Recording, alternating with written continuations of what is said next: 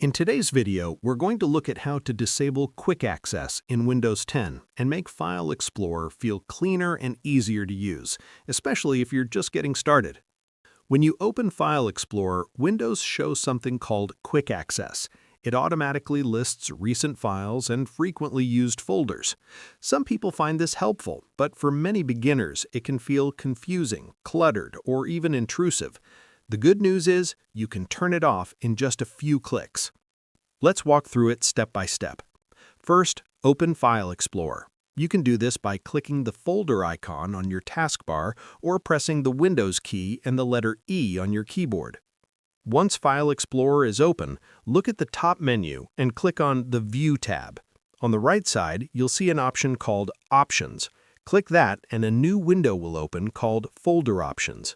In this window, make sure you're on the General tab. At the top, you'll see a drop-down that says Open File Explorer to This PC. Click it and change the option to This PC. This makes File Explorer open to your drives instead of Quick Access. Now look a little lower under the Privacy section. You'll see two checkboxes. One says Show Recently Used Files in Quick Access, and the other says Show Frequently Used Folders in Quick Access. Uncheck both. If you want to remove anything Windows has already saved, click the Clear button right below those options. Once that's done, click Apply and then click OK. That's it.